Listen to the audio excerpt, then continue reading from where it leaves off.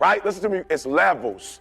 And so the first level to success in the classroom, the first level to success in school, the first level to success in sports, the first level to success in life. Listen to me, the very first level is you seeing it. Like it's clear to you. Like you know exactly what you want. You know exactly when you want it. Listen to me. You know exactly what it tastes like. You know what it looks like. You know what it smells like. Like before you really blow up, and you get success, like you literally have it in the palm of your hand without having it.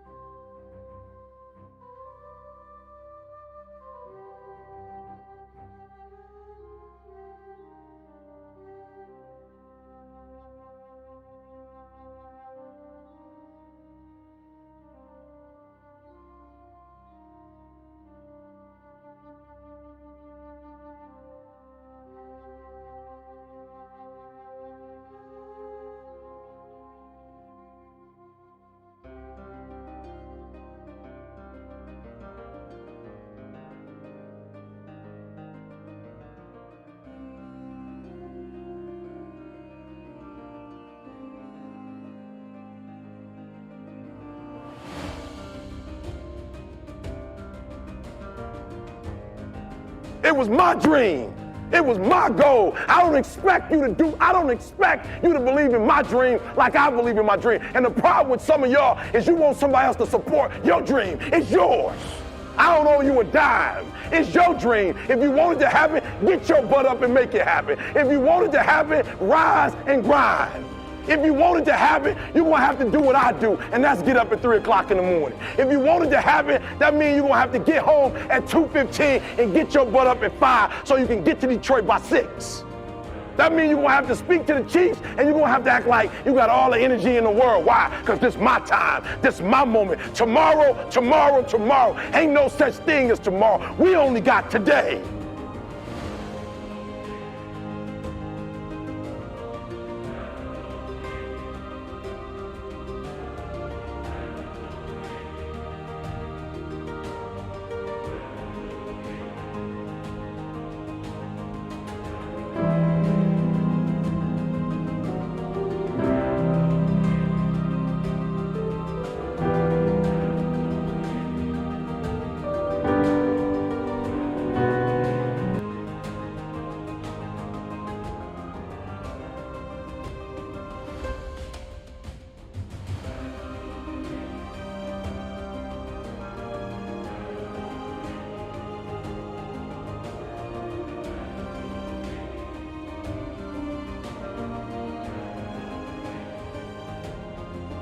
And the feeling I had every morning, I started shaving my head when I was 16 years old. And the feeling I had every morning, I looked in the mirror, was horrible. And I didn't want to feel like that anymore. And how I felt was a kid going nowhere, a kid that was scared. And most kids will accept that and look for help. But the best thing that happened to me, no one helped me. No one felt sorry for me. No one looked at me and said, like this day and age, they'll take you in and they'll tell everybody, stop picking on this person. Back then, they didn't care. The KKK marched in our 4th of July parades.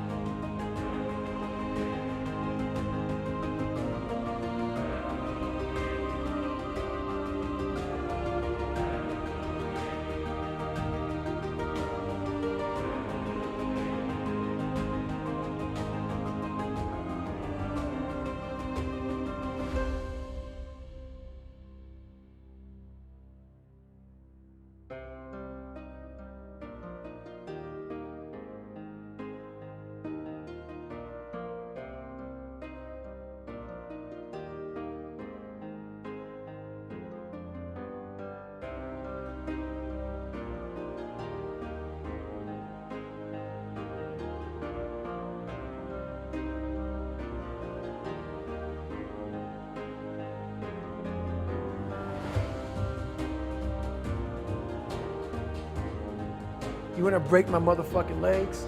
So be it. I have a way of going to a place like I did in that race, where all the pain and suffering that they put on top of me in Hell Week, I will reverse that pain and suffering, and I will take your soul. So every instructor that put me through BUD/S, my job, what drove me, was I wanted you to go home that night after you beat the living shit out of me and I smiled in your face.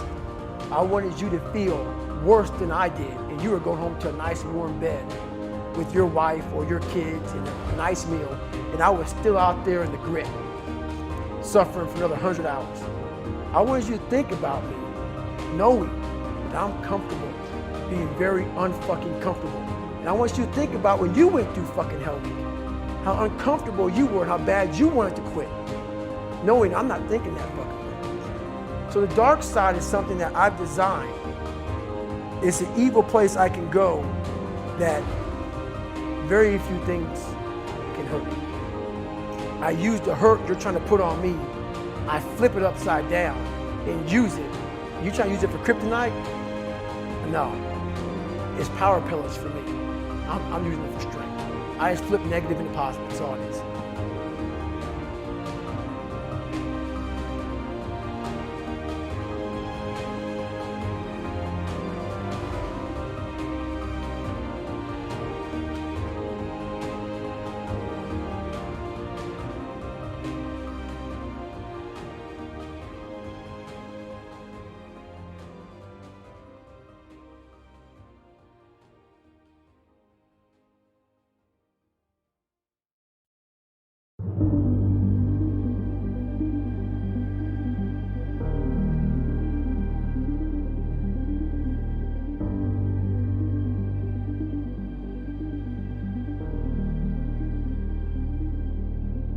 Knowing what you want, the way you picture life, and being able to navigate and make the decisions to get there. That's a good head. A good heart is being able to understand what your intuition and heart wants, being able to connect and tap into that understanding deeper and beyond the vision you may have painted for yourself. So I often say to people that you'll get to where you want in life, just not in the way you imagined. And that's because the path that's paved up and down is far different to the path we paved. So you can have a great head and a great vision and a great mission and know where you want to go, but if your heart's not able to have that resilience and be able to adapt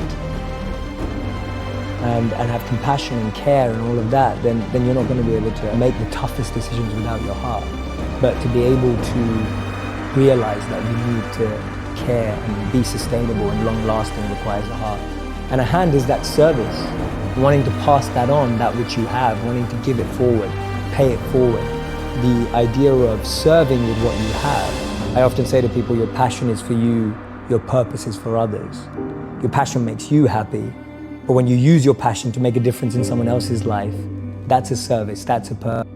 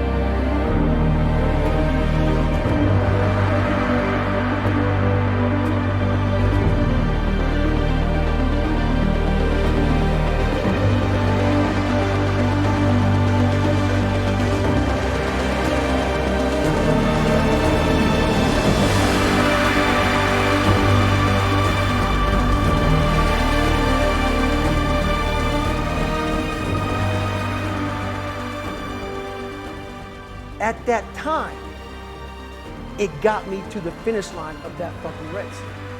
I believed it. I believe it today. I believed it enough to where my body said, he's not gonna stop. And I took all the negative things. I need to go to the hospital, this and that, and I used it all. Who the hell can even get on that chair? You do. Who the hell would even think about tape and stretch fractures? You do.